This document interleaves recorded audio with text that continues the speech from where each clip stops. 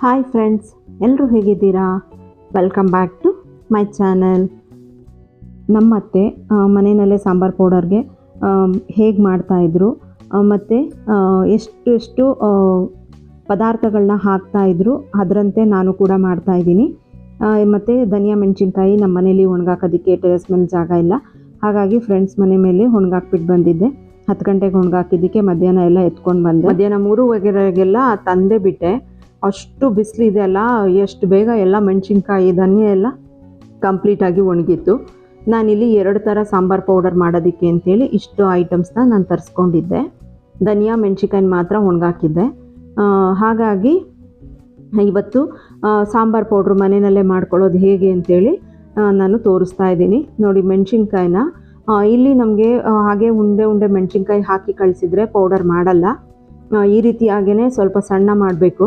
ಈ ಥರ ಕವರ್ನಲ್ಲಾದರೂ ಹಾಕ್ಕೊಂಡು ಈ ಥರ ಲಟ್ಟಣಿಗೆನಲ್ಲಿ ಮಾಡ್ಕೊತಿರ್ತೀನಿ. ಇಲ್ಲ ಅಂತ ಅಂದರೆ ಈಗ ಒಂದು ಬೆಡ್ಶೀಟ್ಗೋ ಏನಕ್ಕಾದರೂ ಇಲ್ಲ ಚೀಲಕ್ಕೆ ಹಾಕಿಬಿಟ್ಟು ಅದನ್ನು ಮೆಣಸಿನ್ಕಾಯಿನ ಇದು ಮಾಡ್ಕೊತಿರ್ತೀನಿ. ನಾನು ಇದು ಬ್ಯಾಡಗಿ ಮೆಣಸಿನ್ಕಾಯಿ ತೊಗೊಂಡಿದ್ದೆ, ಸ್ವಲ್ಪ ಬ್ಯಾಡಗಿ ಮೆಣಸಿನ್ಕಾಯಿ ಹಾಕ್ಕೊತಾ ಇದ್ದೀನಿ. ಅಲ್ಲಿ ಇದು ಏನು ನುಗ್ಗೆ ಗಿಡ ಇತ್ತು. ಆ ನುಗ್ಗೆ ಗಿಡದ್ದು ಒಂದೊಂದು ಎಲೆಗಳಷ್ಟು ಬಿದ್ದಿತ್ತು, ಅದನ್ನು ತೆಗೆದು ಹಾಕ್ತಾ ಇದ್ದೆ ನಾನು ಅಷ್ಟೇನೆ. ನುಗ್ಗೆ ಗಿಡದ ಎಲೆಗಳು ಸಣ್ಣ ಸಣ್ಣದು ಇತ್ತು, ಏನು ಒಣಗಿದ ಎಲೆಗಳಿತ್ತಲ್ಲ ಅದನ್ನು ಅಷ್ಟೇ ಎತ್ತಾಕ್ತಾ ಇದ್ದೆ. ಮತ್ತು ಬ್ಯಾಡಗಿ ಮೆಣಸಿನ್ಕಾಯಿನ ಈ ರೀತಿಯಾಗಿ ಕುಟ್ಕೊಂಡು ಅದನ್ನು ಫಸ್ಟೇ ಪೌಡ್ರ್ ಮಾಡ್ಕೊತಾ ಇದ್ದೆ. ಈಗ ನಾನು ಮಾಡ್ತಾ ಇರೋ ಪೌಡರ್ ಬಂದು ಮಟನ್ ಸಾಂಬಾರ್ಗೆ ಅಂತೇಳಿ ಮಾಡ್ಕೊತಾ ಇದ್ದೆ. 100 ಗ್ರಾಮ್ನಷ್ಟು ನಾನು ಬ್ಯಾಡಗಿ ಮೆಣಸಿನ್ಕಾಯಿನ ತೊಗೊಂಡಿದ್ದೆ. ಮತ್ತು ಧನಿಯಾನ 1 kg ಧನಿಯಾ ತೊಗೊಂಡಿದ್ದೆ. ಮಟನ್ ಸಾಂಬಾರು ಮಾಡಬೇಕಾದ್ರೆ ಹೀಗೆ ಮಾಡೋದು. 1 kg ಧನಿಯಾ ತೊಗೊಂಡಿದ್ದೆ. ಮತ್ತು 100 ಗ್ರಾಮ್, ಯಾಕೆಂದರೆ ಬ್ಯಾಡಗಿ ಮಾತ್ರ ಏನಕ್ಕೆ 100 ಗ್ರಾಮ್ ತೊಗೊಂಡಿದ್ದೆ ಅಂದರೆ ಅದು ಕಲರ್ಗೋಸ್ಕರ ಅಷ್ಟೇನೆ, ಬೇರೆ ಇನ್ನೇನು ಉದ್ದೇಶನೂ ಅಲ್ಲ. ಈಗ ಧನಿಯಾನ ಹುರ್ಕೊತಾ ಇದ್ದೀನಿ. ನೋಡಿ, ಇದನ್ನು ದೊಡ್ಡ ಪಾತ್ರೆನೇ ಇಟ್ಕೊಂಡು ನಾನು ಮೀಡಿಯಮ್ ಫ್ಲೇಮಲ್ಲಿ ಇಟ್ಕೊಂಡು ಈ ರೀತಿಯಾಗಿ ಹುರ್ಕೊತಾ ಇದ್ದೆ. ಉಡ್ಡ ಆದರೆ ಬೆಟರು, ಹಂಗಾಗಿ ನೀಟಾಗಿ ಈ ರೀತಿ ಕೈ ಆಡಿಸ್ಕೊತಾ ಇದ್ದೆ ನಾನು. ಮತ್ತು 2 ಸಲ ಹಾಕ್ಕೊಂಡು ಧನಿಯಾನ ಹುರ್ಕೊಂಡೆ, ಸ್ವಲ್ಪ ಹಾಕ್ಕೊಂಡಿದ್ದೆ. ಈಗ ಒಣಮೆಣ್ಸಿನ್ಕಾಯಿನೂ ಅದೇ ರೀತಿಯಾಗಿ ಕುಟ್ಕೊಂಡು ಮೆಣಸಿನ್ಕಾಯಿನ ನಾನು ಹುರ್ಕೊತಾ ಇದ್ದೀನಿ. ನೋಡಿ, ಈ ರೀತಿಯಾಗಿ ಒಣಮೆಣ್ಸಿನ್ಕಾಯಿನೂ ಹುರ್ಕೋಬೇಕು. ಹುರ್ಕೊಂಡ್ರೇ ಚಂದ. ನಾವು ತುಂಬ ದಿನದವರೆಗೂ ಇಟ್ಕೊತೀವಲ್ವ. ನಾನಿದು ವರ್ಷಕ್ಕಾಗೋಷ್ಟು ಅಂತೇಳಿ ಮಾಡ್ಕೊತಾ ಇದ್ದೆ. ನಮ್ಮ ಮನೆಯಲ್ಲಿ ಮಟನ್ ಸಾಂಬಾರು ಪೌಡರು ಜಾಸ್ತಿ ಖರ್ಚಾಗುತ್ತೆ. ಯಾಕೆ ಅಂದರೆ ನಾನ್ ವೆಜ್ ಕೂಡ ತುಂಬ ಮಾಡ್ತಾ ಇರ್ತೀವಿ. ಮತ್ತು ಅದ್ರ ಜೊತೆಗೆ ಕೆಲವೊಂದು ವೆಜ್ ಐಟಮ್ಗೂ ಕೂಡ ಮಟನ್ ಸಾಂಬಾರು ಪೌಡರ್ ಹಾಕಿದರೆ ತುಂಬ ಟೇಸ್ಟ್ ಕೊಡುತ್ತೆ. ಅದಕ್ಕೋಸ್ಕರ ನಾನು ನಾನ್ ವೆಜ್ ಪೌಡರು ಜಾಸ್ತಿ ಮಾಡ್ಕೊತಾ ಇದ್ದೆ, ಅಂದರೆ ಮಟನ್ ಸಾಂಬಾರು ಪುಡಿನ ಜಾಸ್ತಿ ಮಾಡ್ಕೊತಾ ಇದ್ದೆ. ಇದಕ್ಕೆ ನಾನು 1/4 kg ಕಡಲೆಕಾಳನ್ನು ಹುರ್ಕೊತಾ ಇದ್ದೀವಿ. 100 ಗ್ರಾಮ್ ಬ್ಯಾಡಗಿ ಮೆಣಸಿನ್ಕಾಯಿ, 1 kg ಧನಿಯಾ, ಅರ್ಧ kg ಗುಂಟೂರು ಮೆಣಸಿನ್ಕಾಯಿ ಹಾಗೂ 1/4 kg ಕಡಲೆಕಾಳು ಹಾಕಿ ಹುರ್ಕೊಂಡ್ರೆ ಇದಿಷ್ಟೇ ಯೂಸ್ ಮಾಡೋದು ನಾವು ಮಟನ್ ಸಾಂಬಾರಿಗೆ. ಈಗ ಬೇಳೆ ಸಾಂಬಾರಿಗೆ ಅಂತೇಳಿ ಬೇಳೆ ಸಾಂಬಾರು ಪೌಡರ್ ಈಗ ಮಾಡ್ಕೊತಾ ಇರೋದು.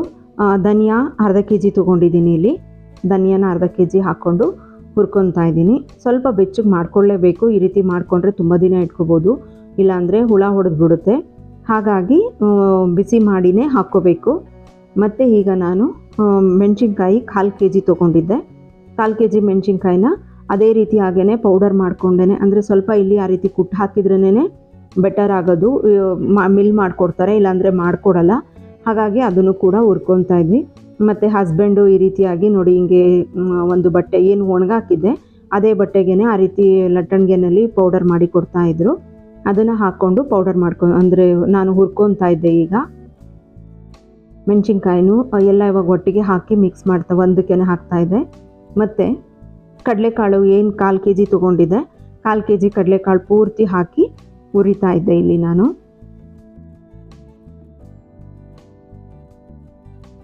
1/4 kg ಕಡಲೆಕಾಳನ್ನು ಹುರ್ಕೊತಾ ಇದ್ದೆ.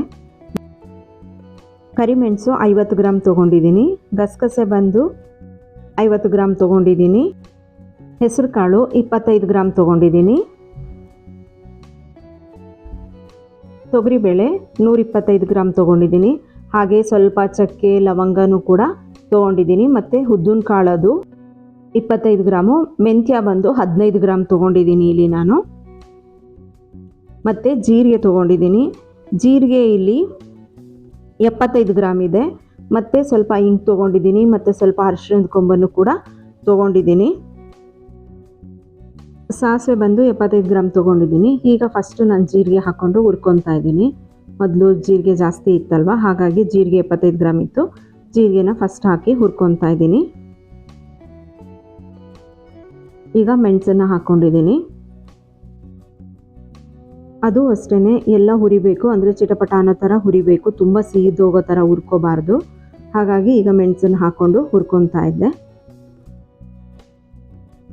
ಸ್ವಲ್ಪ ಮೀಡಿಯಮ್ ಫ್ಲೇಮಲ್ಲೇ ಹುರ್ಕೋಬೇಕು ಪ್ರತಿಯೊಂದೂ. ಜಾಸ್ತಿ ಹೈ ಮಾಡ್ಕೊಂಡಿದ್ರೆ ಬೇಗ ಸೀದೋಗ್ಬಿಡುತ್ತೆ. ಈಗ ಇದಕ್ಕೆ ತೊಗರಿಬೇಳೆನ ಹಾಕ್ಕೊಂಡಿದ್ದೀನಿ. ತೊಗರಿಬೇಳೆ ಬಂದು 125 ಗ್ರಾಮ್ ತೊಗೊಂಡಿದ್ದೀನಿ.